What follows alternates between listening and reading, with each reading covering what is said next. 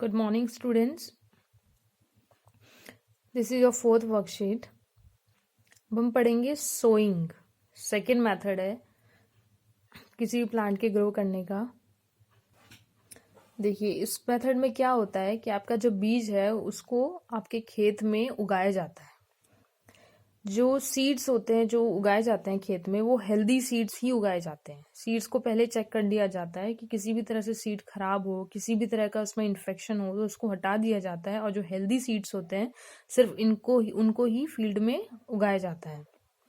अब एक सीड अच्छा है कि खराब सीड है उसका टेस्ट होता है कि अगर आप एक बीकर में पानी लें और उसमें फिर कुछ सीड्स डालें तो आप देखेंगे जो अच्छी क्वालिटी के सीड्स होते हैं वो पूरी तरह से हैवी सीड्स होते हैं. इस वजह से वो पानी में डालते ही पानी में डूब जाते हैं.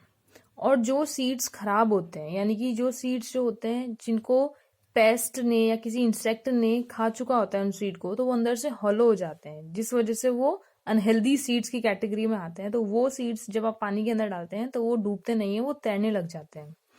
तो इस तरह से आप सीड की क्वालिटी में फर्क कर सकते हैं. जो सीड्स हैं उनको पहले मैदान में उगाने से पहले जब मैदान में उनको बोया जाता है उससे पहले उनको फंगीसाइड सॉल्यूशन से ट्रीट करा जाता है. फंगीसाइड सॉल्यूशन क्या है? देखिए ये एक बेकिंग सोडा वाटर का कॉम्बिनेशन होता है. It's a chemical, it is a pesticide जिस वजह से आपके जो फंजाई होते हैं उनको मारने के लिए, उनको खत्म करने के लिए इसको यूज करा जाता है. फंजाई एंड देयर स्पोर्स क्या होते हैं? Spores are the reproductive cell. Fungi के अंदर ही these are the reproductive cell जिससे एक रिप्रोडक्शन के थ्रू एक नया फंजाई ग्रो होता है. अब है आपके मेथड्स ऑफ सोइंग सीड. जब सीड को आप बो रहे हैं तो उसके क्या क्या तरीके हैं? देखिए पहला तरीका तो होता है आप डायरेक्टली अपने हाथ से आप सीड्स को मैदान में फेंक देते हैं. और दूसरा तरीका होता है सीड ड्रिलिंग का. तो जो पहला तरीका है जिसमें आप अपने हाथों से सीड को मैदान पे फेंक देते हैं तो ये तरीका ज्यादा अच्छा तरीका नहीं है. क्यों? क्योंकि इसमें क्या आता है, इसमें आप रैंडमली किसी भी फील्ड में सीड्स को फेंक देते हैं. जो सीड होते हैं पहली चीज क्या है, वो प्रॉपर तरीके से सॉइल में मिक्सअप नहीं होते हैं. प्रॉपर तरीके से सॉइल में मिक्सअप नहीं होते हैं तो जब फील्ड पर वो पड़े हुए होते हैं तो जो बर्ड्स होती हैं वो उनको खा जाती हैं. दूसरी चीज, जो सीड आप बोते हैं वो जब प्रॉपर तरीके से सॉइल में मिक्सअप नहीं होते तो सॉइल में एक पर्टिकुलर गहराई तक सीड जाना चाहिए, तभी उस सीड की अच्छी ग्रोथ होती है, उस प्लांट की अच्छी ग्रोथ होती है. तो प्रॉपर तरीके से प्रॉपर डेप्थ में वो सीड जो है वो नहीं जाता है जिस वजह से ग्रोथ प्रॉपर नहीं हो पाती है. अब आप देखेंगे सेकंड वाला है सीड ड्रिल. सीड ड्रिल क्या है? देखिए सीड ड्रिल एक तरह से डिवाइस होती है. ये देख रहे हैं आप, आयरन की एक स्ट्रिप होती है, आयरन की रॉड टाइप होती है, ऊपर से इसकी फनल की तरह शेप होती है. यहाँ पे आपके सीड डाले जाते हैं और फिर ये जो आपका प्लाव होता है उसके साथ जैसे जैसे ये आपका जो हल है ये आगे की तरफ मूव करता है तो यहाँ नीचे से आपके जो सीड होते हैं वो जमीन पर गिरते चले जाते हैं और जमीन में सॉइल में मिक्सअप हो जाते हैं. जैसे एक तरह का ये आपका हल है तो यहाँ पे आपके सीड डाले जाते हैं और वो इनके थ्रू इस तरह से इन प्लाउ शेयर जैसे ही ये हल आपके मैदान पर चलता है तो आपके जो ये आयरन की स्ट्रिप्स होती हैं इनसे सीड निकलते रहते हैं रेगुलरली और वो फिर मैदान में मिक्सअप होते रहते हैं. देखिए इस सीड ड्रिल के फायदे क्या हैं? ये एक बहुत ही अच्छी टेक्निक है. इससे क्या होता है, जो आपने seeds are sown at correct depth and correct intervals. जो आपने बीज जो बोए हैं वो एक पर्टिकुलर गहराई तक जाते हैं और जो सीड्स होते हैं उनके बीच में प्रॉपर स्पेसिंग होती है. आप देख रहे हैं यहाँ जो सीड आता है तो उनके बीच में ये जो प्रॉपर स्पेसिंग होती है. साथ साथ जो सीड्स होते हैं these are sown in regular rows. वो एक प्रॉपर रेगुलर रोज में उगाए जाते हैं. और सीड ड्रिल से जब सीड आपके जमीन पर गिरते हैं तो वो जो जैसे जैसे हल चलता रहता है तो वो सॉइल में अच्छी तरह से मिक्सअप होते रहते हैं. तो इस तरह से बर्ड अगर उनको किसी भी तरह से खा नहीं सकती सीड्स को. अब आप देखेंगे प्रिकॉशन. हम सीड को जब बो रहे हैं तो हमको क्या क्या प्रिकॉशन लेने चाहिए. देखिए सबसे पहला है, जो सीड्स आप बोएंगे वो बहुत ज़्यादा गहराई में नहीं बोने चाहिए, उसकी एक पर्टिकुलर डेप्थ होती है, क्योंकि अगर आप ज़्यादा गहरा सॉइल के अंदर सीड को बो देंगे तो वो उस सीड को प्रॉपर एयर नहीं मिलती है ब्रीथ करने के लिए, वो सीड खत्म हो जाता है।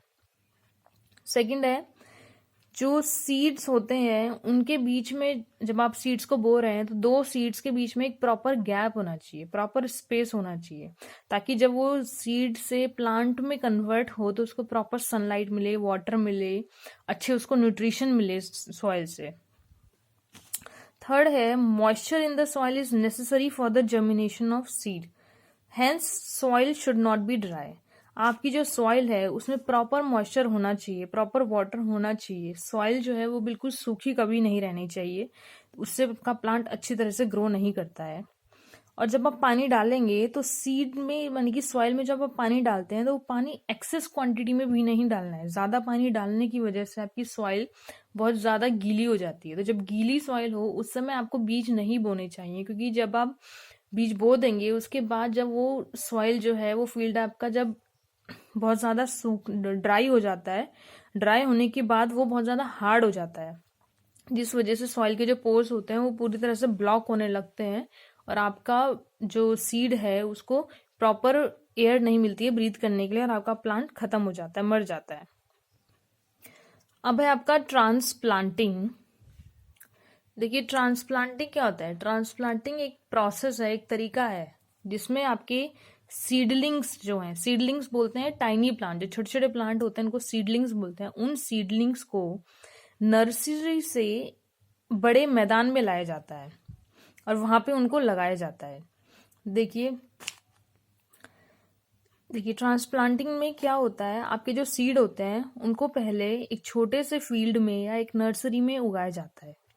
जब वो उगने के बाद थोड़े से बड़े हो जाते हैं, टाइनी प्लांट में कन्वर्ट हो जाते हैं, जिनको सीडलिंग कहते हैं, फिर उन सीडलिंग को उस नर्सरी, इस छोटे मैदान से निकाला जाता है और फिर एक बड़े से मैदान में लगा दिया जाता है। तो ये प्रोसेस होता है, दिस इज कॉल्ड ट्रांसप्लांटिंग।